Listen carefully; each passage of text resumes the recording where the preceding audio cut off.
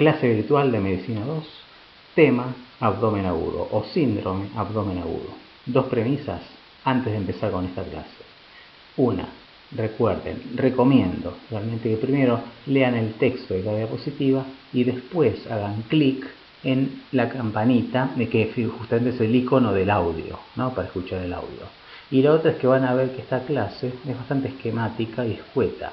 ¿Por qué? Porque son muchas las patologías que pueden llevar al síndrome de abdomen agudo, por lo cual lean la guía de Medicina 2 y también mi bibliografía recomendada, para poder ahondar más en el tema.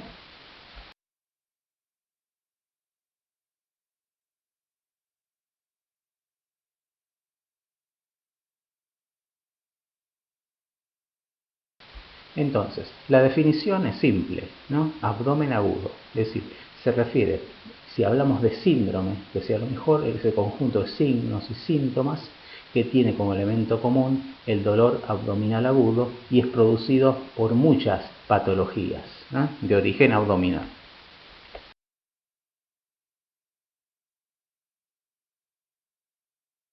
Fíjense las etiologías, ¿no? Hay muchas inflamaciones, ¿no? Que pueden ser sépticas o asépticas. Y si hablamos de abdomen, hablamos de peritonitis, ¿no? Distensiones u obstrucciones orgánicas, por ejemplo, la distensión gástrica, que puede estar acompañada también con una torsión del estómago. Esas son las patologías que vamos a ver en el abdomen agudo. Cambios circulatorios, de tipo isquémico, que también pueden dar dolor abdominal agudo. Hemorragias abdominales por distintas causas, pueden ser traumáticas, coagulopatías, etc. Neoplasias abdominales también pueden dar.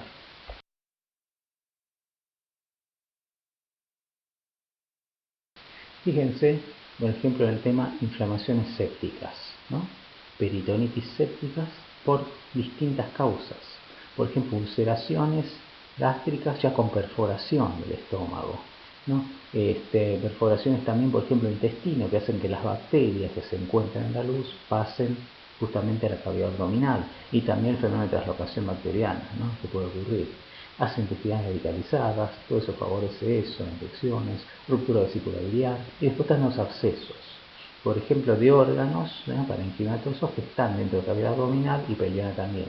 Por ejemplo, en el vaso, el hígado, próstata, riñón, piómetra y sus infecciones.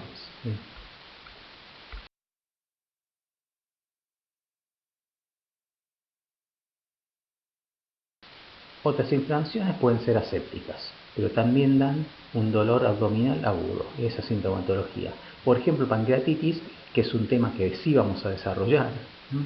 El uroabdomen también, causas iatrogénicas, por ejemplo, maniobras que no están bien hechas de invasión del abdomen, por ejemplo, punciones mal realizadas, puede ser una causa, ¿no? Ya sea para obtener líquido o para punzar un tipo de órgano, podría llegar a ocurrir eso también, además de otras maniobras.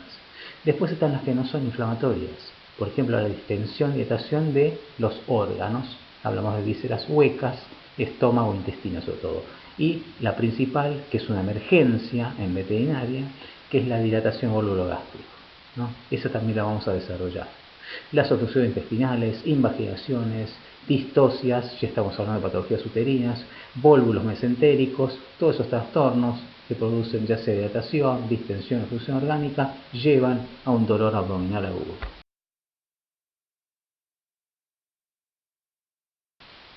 Otras causas de abdomen agudo o síndrome de dolor abdominal agudo pueden ser las isquémicas, es decir, trastornos circulatorios. Por algún motivo no llega la sangre a ese tejido u órgano, ¿no? Que está dentro de la cavidad abdominal o pelviana y puede producir un abdomen agudo. Por ejemplo, torsión de órganos, ¿no? Puede ser esto.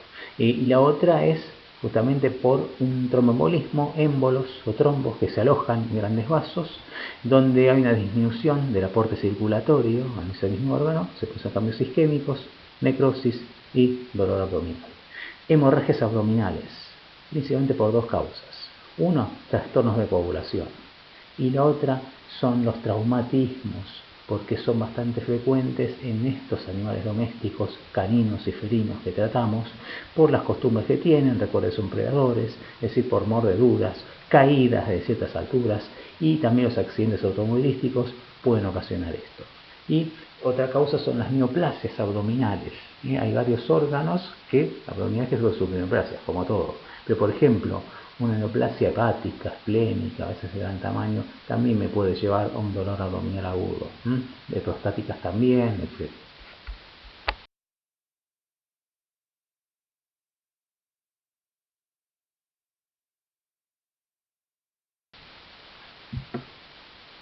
Los métodos complementarios no deben sustituir un buen examen clínico, pero ayudan mucho.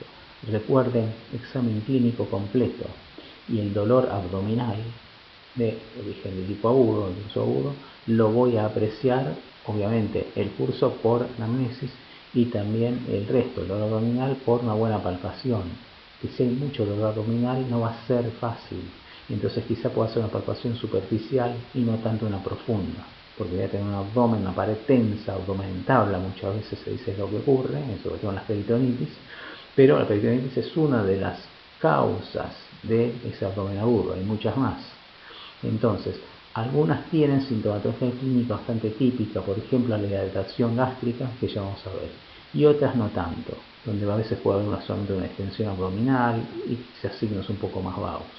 Pero por eso también acudo a los métodos complementarios, ¿no? En la parte de laboratorio de análisis clínicos hay que pedir hemograma, bioquímica sanguínea, si sospecho trastorno de coagulación, un coagulograma también, y análisis de orina. Recuerden que patologías renales, el uroperitoneal también puede estar presente en un abdomen agudo. Métodos por imágenes, radiografía y ecografía pueden ser muy útiles, y también lo que puede ocurrir es que la distensión abdominal sea por acúmulo de líquidos. Entonces acudo a otro método complementario, que es el análisis de líquidos de punción. Para eso yo tengo que detectar que hay una colecta abdominal. La distensión es por colecta, entonces hago la prueba de succión, que me ayuda bastante. Si tengo dudas, puedo hacer una punción a ciegas o hacer una ecografía y voy a poder ver líquido, lo mismo con una radiografía. Entonces hace la punción abdominal, obtengo líquido y lo analizo. Eso puede ayudar, sobre todo para ver qué tipo de material se ve en ese líquido. Bueno, la biopsia ya es un paso más para hacer histopatología y a ver de qué se trata. Y por último, obviamente, tenemos al paciente internado, con histopatología, pero no sabemos la causa, viene el tratamiento, no tratamiento, sino un método complementario de diagnóstico, es la laparotomía exploratoria.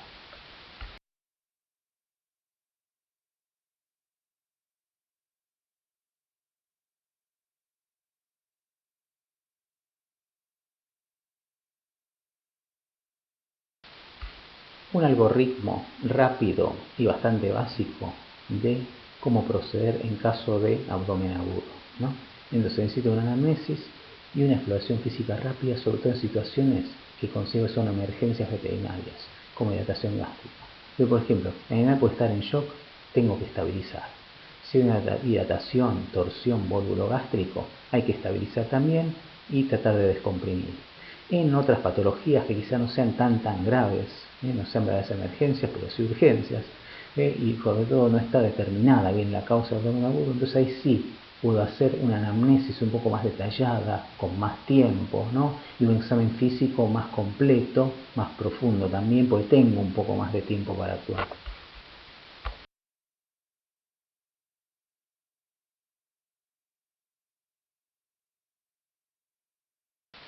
Entonces, para esos casos donde sí puedo hacer una anamnesis y exploración más detallada, si no están tan urgentes, a partir de ahí puedo llevar un diagnóstico. Si no es definitivo, será presuntivo. Uso métodos complementarios, ¿no? Ecografía, radiografía por imágenes, digamos, lo que sea análisis de sangre, líquido de punción, ¿no? Y entonces, bueno, teniendo eso, si con eso llego a un diagnóstico, el tratamiento puede ser médico y o quirúrgico, ¿no? Y puede ser que no alcance con todos estos métodos complementarios y tengo que usar otros más, por ejemplo, pruebas de coagulación, ¿no? U otro tipo de estudio.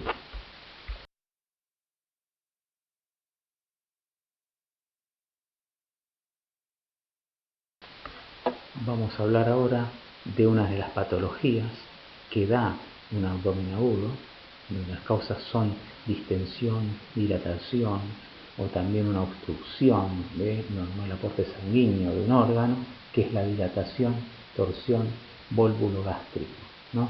Una verdadera emergencia en el caso de la clínica de animales pequeños.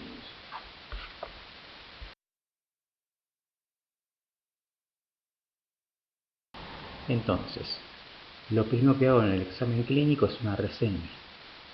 Entonces, este animal es candidato a una dilatación, torsión volvulogástrica. Especie, raza, sexo, edad forman parte de la reseña. Perros de talla así, talla grande, gigante, puede ser candidato. El tipo de tórax, la edad, hay predicción sexual. Después de la anamnesis y pregunto sobre los hábitos alimentarios, qué es lo que come y cuántas veces por día come. ¿Es de tomar mucha agua después de comer? ¿Hace ejercicio después de comer? Hubo otros episodios en que el estómago o el abdomen se dilató, pero no hubo mayor repercusión, mayores problemas. Todo eso tengo que preguntar.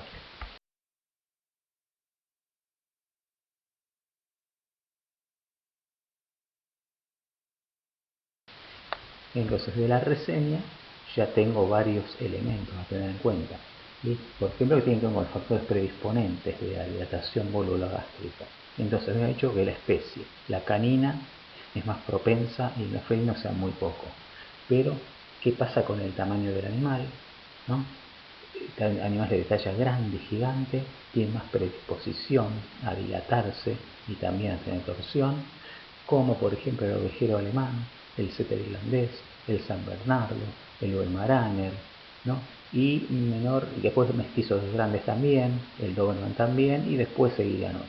En cuanto a la edad, componente también de la reseña, animales adultos, 3 a 10 años de edad, la mayor incidencia. En cuanto al sexo, llegan a consulta por este problema más machos que hembras. Y el tipo de conformación corporal de tórax profundo, que se acompaña también por un abdomen craneal profundo, hace que haya más espacio en ese abdomen para que pueda rotar ese estómago y moverse más. Por eso puede ocurrir. Hay más datos también que tienen que ver con los factores predisponentes. Por ejemplo, el tema de la sobrealimentación o sobredistensión gástrica, gastrectasia. Puede haber también dilataciones previas que no pasaron de eso, el abdomen que estaba más abalonado pero después remitió sin necesidad de acudir al veterinario. También, por ejemplo, animales que tienen problemas para vomitar o puede ser problemas a veces también para eructar. Todos esos son factores predisponentes de degradación.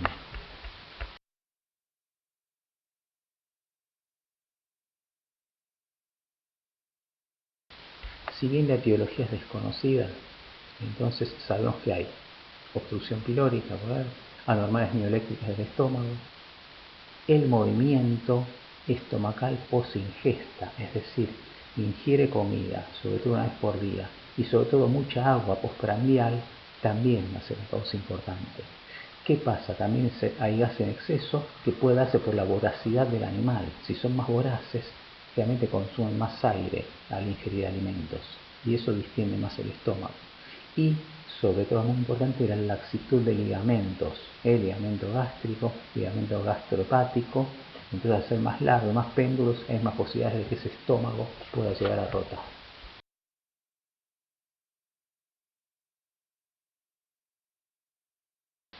¿Cuáles son los signos clínicos de la dilatación volvulogástrico? ¿No?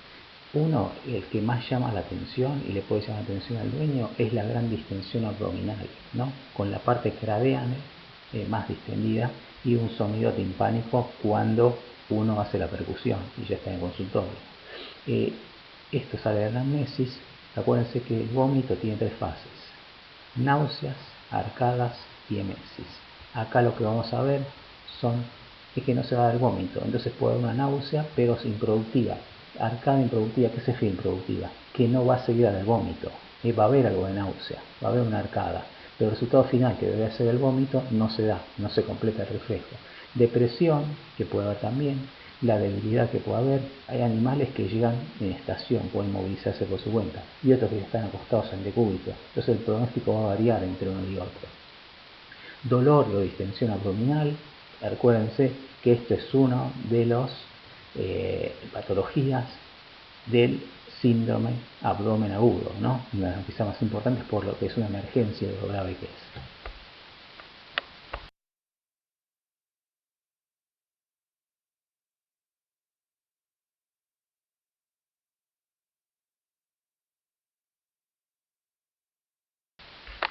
En un gráfico podemos saber cómo ocurre el tema de la rotación del estómago.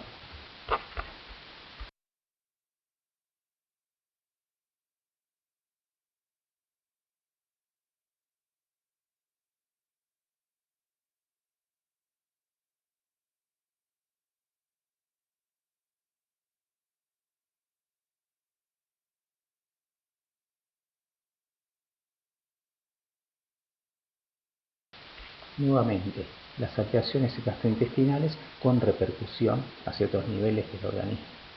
Entonces, en el estómago, obviamente por este tema de distensión y obstrucción, aumenta la presión intramural, hay colapso de capilares, se produce esa hipoxia tisular con isquemia, necrosis gástrica, suprimiendo la mucosa después de la pared, de acuerdo con la gravedad, y se producen alteraciones de translocación bacteriana, ¿no? Con liberación de toxinas y se produce el shock endotóxico o shock séptico. Y esto afecta también lo que es la cascada de la coagulación, se activan las plaquetas, aumenta el presión vascular y se produce la coagulación intravascular diseminada.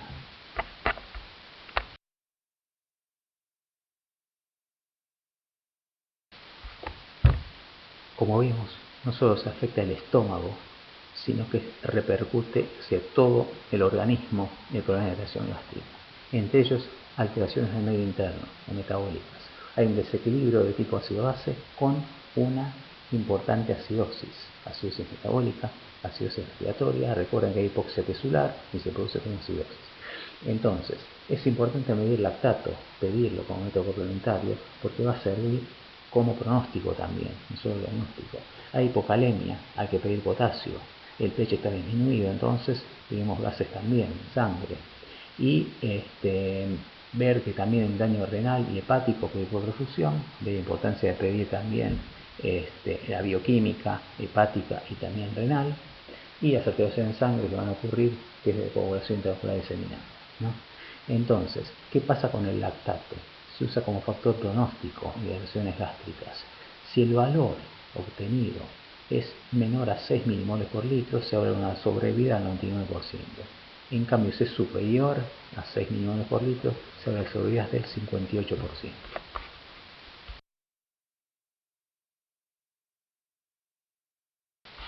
Como consecuencia de esas alteraciones generales, ¿no?, originadas en el estómago, también se afecta al corazón, ¿no? Hay menor retorno venoso, disminuye el gasto cardíaco, la presión arterial, y también hay hipoxia, liberación, y se libera el factor de presión del miocardio, que afecta justamente al miocardio, la contractilidad del mismo. Entonces van a aparecer arritmias, la parte de isquemia miocardio.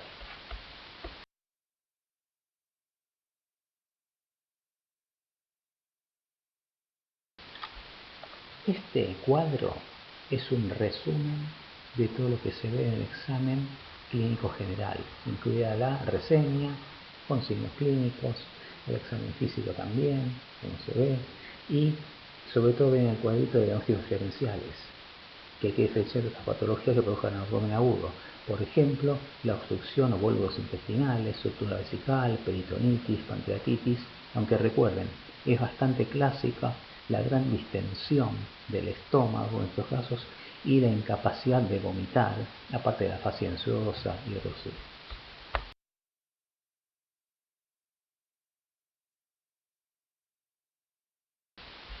Los métodos complementarios ayudan bastante en la irrigación gástrica.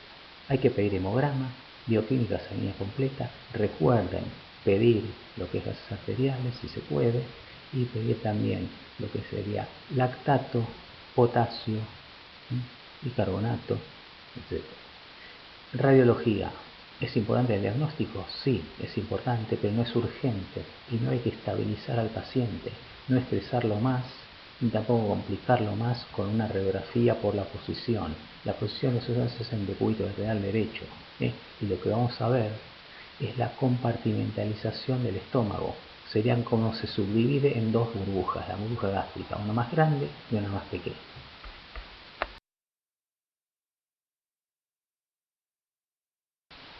El tratamiento de agitación gástrico, habíamos dicho que es una emergencia clínica, por lo cual hay que tratar el shock, ¿no?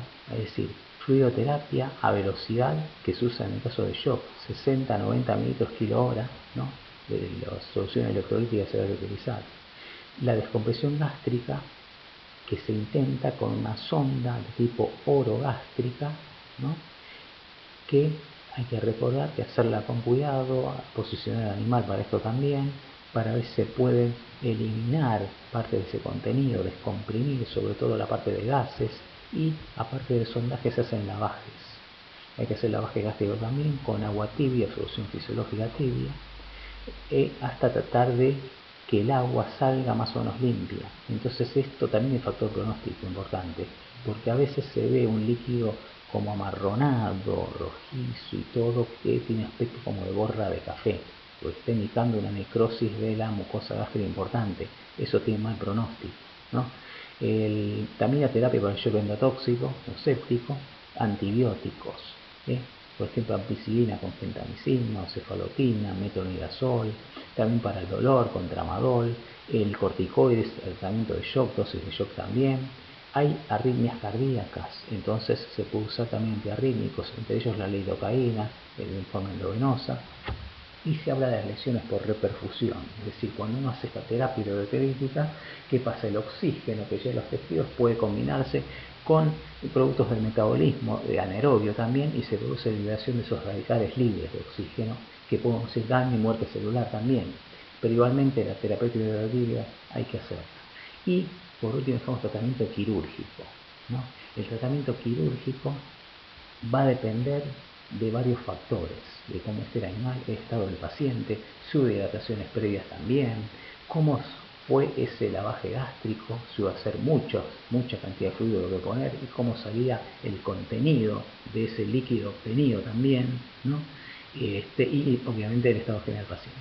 Con respecto a la descompresión gástrica, también hay que tener en cuenta que se puede hacer cuando el sondaje fue infructuoso, la gastrocentesis es del lado izquierdo, con tricotomía antisepsia, siempre del lado izquierdo, por detrás de la última costilla, ¿no? Para descomprimir un poco, que sería a veces necesario hacer esta técnica.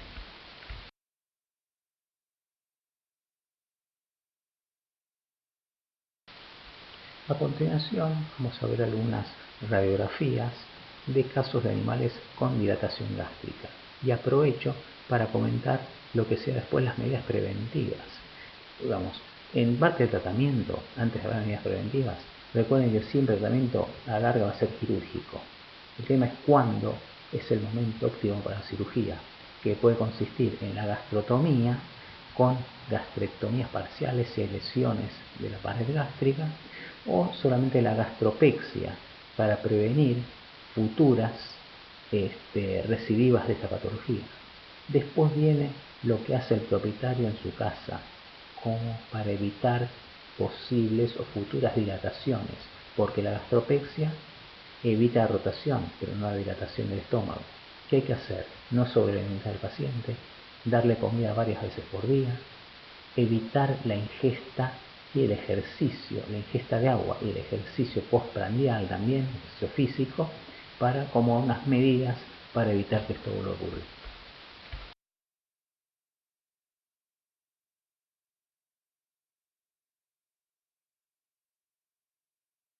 Esta es la imagen típica de compartimentalización del estómago que se ve en la dilatación gástrica.